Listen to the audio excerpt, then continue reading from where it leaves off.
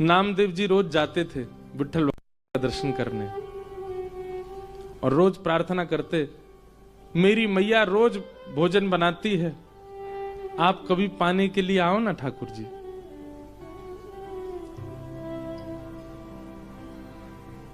रोज नामदेव जी की एक ही प्रार्थना सुन के ठाकुर जी बोले, हे नामा, अब तू कहता रोज मेरे घर प्रसाद पाने आओ, यहां दर्शन कौन देगा फिर? एक काम हो सकता, बोले क्या? तू मेरी जगह खड़ा हो जा तो मैं जाऊं प्रसाद पाने।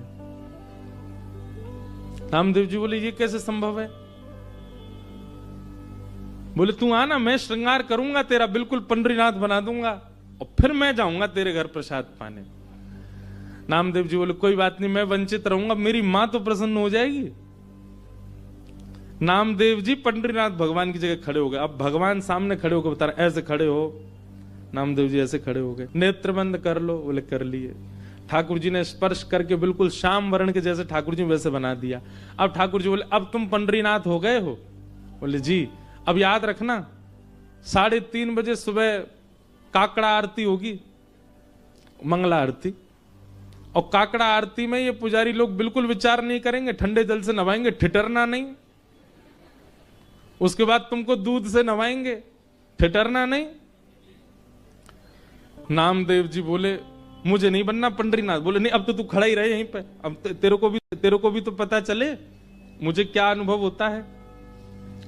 और काकड़ा आरती में नियम होता है कि ठाकुर जी श्री पंडरीनाथ भगवान के मुंह पे मक्खन ऐसे रख देते हैं, मक्खन ऐसे चिपका देते हैं पूरा, और फिर उसके बाद आरती करते हैं ठाकुर जी की। कभी जाओ पंढरपुर दर्शन करना मंगला का, काकड़ा आरती बहुत सुंदर होती है। तो ऐसे मक्खन रख देंगे, मन तो होगा तेरा खाने का पर चाटना नहीं। अगर नेक भी मक्खन खत्म हुआ तो पुजारी बहुत मारेंगे।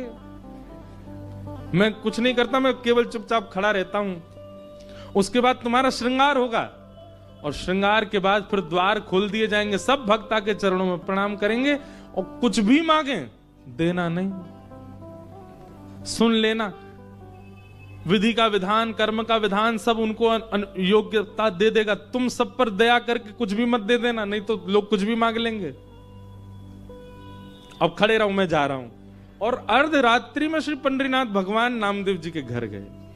द्वार जाकर के खट खोलो, जैसे ही द्वार खोला माने, आहा, जैसे ही द्वार पर पंडरीनाथ भगवान को देखा, नामदेव जी की माता जी तो आनंदित हो गई, चरणों में गिर पड़ी।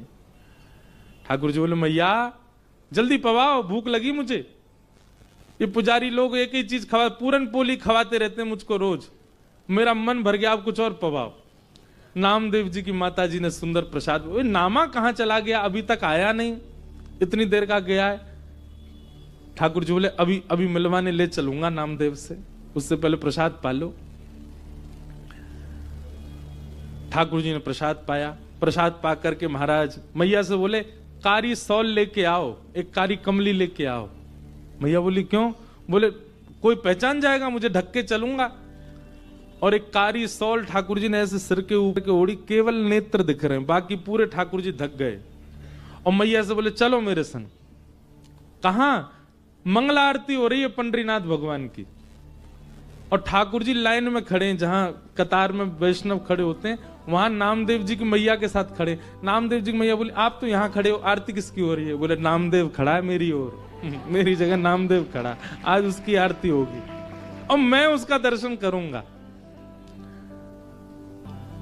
जैसे ही भीतर पहुंचे, श्री नामदेव जी की आरती चल रही है, पंडरीनाथ बन के खड़े हैं और दूर दर्शनार्थियों में खड़े श्री पंडरीनाथ जी बलैया ले रहे हैं। आहा, मेरा नामा कितना प्यारा लग रहा है, कितना सुंदर लग रहा है मेरा नाम। जैसे ही ठाकुर जी पहुंचे गर्भगृह में, तो नामदेव जी ने नेत्र खोल के ठाकुर जी को देखा।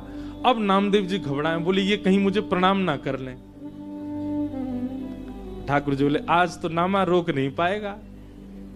और तुरंत ठाकुर जी ऐसे सिर झुका के वंदन, नामदेव जी के नेत्र सजल हो गए। ठाकुर जी बोले, रोइयो मत, पुजारी देख लेंगे, ठाकुर के आंसू आ रहे हैं। आहा, आज भी पंढरपुर में 365 दिन में एक दिन आता है, उस दिन आज भी यही भाव रखा जाता है कि श्री पंडरीनाथ भगवान नहीं, आज नामदेव जी खड़े हैं। और उस दिन जितने वैष्णव दर्शनार्थी आते हैं सबको प्रणाम करते हैं। क्यों? बोले इन वैष्णवों में कहीं ना कहीं पंडरीनाथ आए होंगे दर्शन करने के।